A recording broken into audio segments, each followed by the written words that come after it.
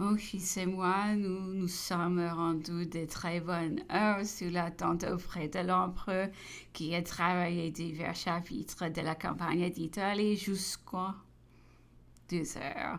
Qui s'est retiré sous le nom du gouverneur? Marmonton, les misérables m'envoient chez quoi l'air que je respire. Pendant le déjeuner, il avait demandé le journal de débat qui continue la nouvelle organisation des académies. Il voulait voir les membres qu'on avait choisis de l'Institut. Cela a conduit à revenir sur la suppression de l'école polytechnique, qui l'on disait inutile et dangereuse.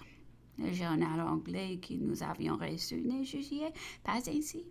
Il disait que cette suppression seule valait aux ennemis de la France plus qu'une grande victoire, que rien ne pouvait prouver davantage la véritable intention pacifique et l'extrême modération de la dynastie qui venait gouverner la France. Il disait encore beaucoup d'autres choses. Quelqu'un observait à ce sujet que le papier anglais devenait un peu le gueule, non?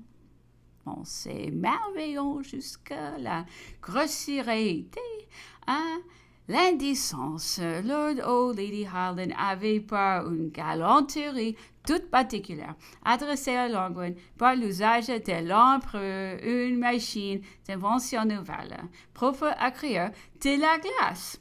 Elle nous est arrivée aujourd'hui par entremise de l'admiral Malcolm.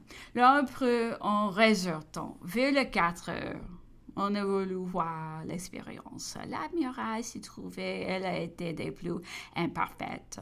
L'empereur, au bout de quelque temps, a pris le parti de la promenade et a éliminer l'amiral avec lequel la conversation a roulé sur une foule d'objets et de la part de l'empereur sur le ton le plus affable et le plus amical. L'empereur a déjeuné sous la tente durant les repas. Deux de ces messieurs racontaient à l'empereur les essais dont il avait été témoin à l'armée et qui lui étaient demeurés inconnus. Les violations multipliées de ces ordres, les violents abus d'autorité, d'autres grandeurs encore. L'empereur écoutait quelques détails étant si fortes qu'il ne pouvait les croire, disait-il. Alors, monsieur, a-t-il repris, vous faites ici des libelles. Les vents étaient très violents. Il y avait tempête et pleuvait de temps à autre. L'humidité a forcé l'empereur de rentrer. Après le dîner, on a le Zaïre, éleva les scènes de deux pipes, parmi lesquelles l'empereur distinguait surtout celle de la reconnaissance, dite être la plus belle, la plus complète du théâtre. En parlant des prêtres de la religion, la conversation conduit l'empereur à dire « L'homme lancé dans la vie se demande d'où viens-je? Qui suis-je? Où vais-je ?» Ce sont autant de questions mystérieuses que nous précipitons vers la religion. Nous courons au-devant d'elle, notre penchant naturel nous y porte. Mais arrive l'instruction qui nous arrête. L'instruction est l'histoire. Voilà les grands ennemis de la vraie religion, disfigurés par les imperfections des hommes. Pourquoi, se dit-on, celle de Paris n'est-elle pas de Londres et de Berlin? Pourquoi celle de Pétersbourg différente-t-elle de celle de Constantinople? Celle-ci, de celle de la Perse, du Gange et de la Chine? Pourquoi celle des tensions n'est-elle pas celle d'aujourd'hui? Alors la raison se remplit douloureusement. Elle s'écrie « Religion! Religion! Au fond des hommes! On croit bien là-dessus! » Parce que tout le proclame autour de nous, et que les plus grands esprits y ont cru. Non seulement Bossuet, dont c'était le métier, mais encore Newton, Leibniz, qui n'y avions que faire. Mais on ne sait que penser de la doctrine qu'on nous enseigne, Et nous nous retrouvons la montre qui va sans connaître son horloger. Et voyez un peu la coucherie de ce que nous formons. L'idée effrayante, éloignée de nous l'idée du paganisme et de l'idolâtrie. Parce que leur absurdité provoque nos premiers raisonnements et nous prépare à résister à la croyance passive. Et pourtant, ils nous élèveront au milieu des Grecs et des Romains avec leur myriade de divinités. Tel a été pour mon compte et à la lettre la marche de mon esprit. J'ai eu besoin de croire. J'ai cru, mais ma croyance s'est trouvée heurtée, incertaine, de qui j'ai su, de qui j'ai raisonné. Et cela m'est arrivé d'aussi bonne heure qu'à 13 ans. Peut-être croirai-je de nouveau aveuglement. Dieu le veuille. Je n'y résiste assurément pas. Et je ne demande pas mieux. Je conçois que ce doit être un grand et vrai bonheur. Toutefois, dans les grandes débattes, dans les suggestions accidentelles de l'immoralité, même, l'absence de cette foi religieuse, je l'affirme, ne m'a jamais influé en aucune manière et je n'ai jamais douté de Dieu. Car si ma raison n'eût pas suffi pour le comprendre, mon intérieur n'est adopté par moi. Mes nerfs étaient en sympathie avec ce sentiment.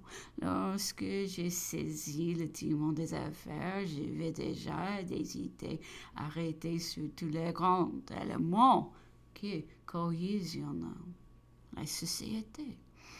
Je vis peser toute l'importance de la religion. J'étais persuadée et j'avais résolu de la rétablir. Mais on croirait difficilement les résistances que j'eus à vaincre pour éliminer le catholicisme. On me suivait bien plus volontiers et j'eus arboré la bannière protestante. C'est au point qu'au Conseil d'État, où j'eus grande peine à faire adopter le concordat, plusieurs ne se rendiront compte, complotant d'y échapper. Eh bien, se disions-ils l'un à l'autre, faisons-nous protestants, et cela ne nous regarde pas. Il est sûr qu'au désordre auquel j'ai succédé, que sur les ruines où je me trouvais placé, je pouvais choisir entre le catholicisme et le protestantisme. Et il est vrai de dire encore que les dispositions du moment poussaient toutes à celui-ci, mais autres que je tenais réellement à ma religion natale, j'avais le plus haut motif pour me décider en proclamant le protestantisme que j'ai obtenu. J'aurais crié en force du grand parti, à peu près égaux, lorsque je voulais, qu'il n'y en eût plus du tout. J'aurais ramené la fureur des querelles des religions, lorsque les lumières du siècle et ma volonté avaient pu de le faire disparaître tout à fait. Ces deux partis ont cet échelon, vous sont annihilés. La France, elles nous sont rendues l'esclave de l'Europe. Lorsque j'avais l'ambition de l'en rendre la maîtresse avec le catholicisme, j'arrivais bien plus sûrement à tous mes grands résultats. Dans l'intérieur, chez nous, le grand nombre absorbait le petit et je me promettais de traiter celui-ci avec une telle égalité qu'il n'y aurait bientôt plus de motifs à connaître la différence. Au d'ailleurs, le catholicisme, mais conserver le pape, est avec mon influence et nos forces en Italie. Je me désespérais pas tôt ou tard par un moyen ou par un autre de finir par avoir à moi la direction de ce pape. Et de leur quelle influence, quelle levier d'opinion sur le reste du monde!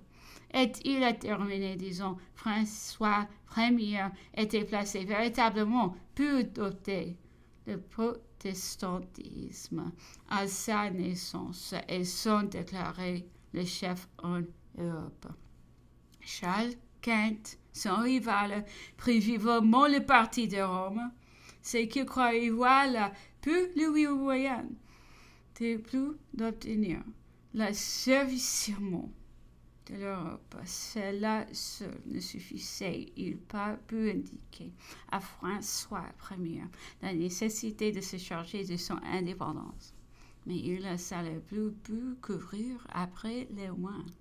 Il s'attacha à poursuivre les mauvais procès d'Italie et dont l'intention de faire sa cour au pape. Il s'est mis à râler les réformés dans Paris.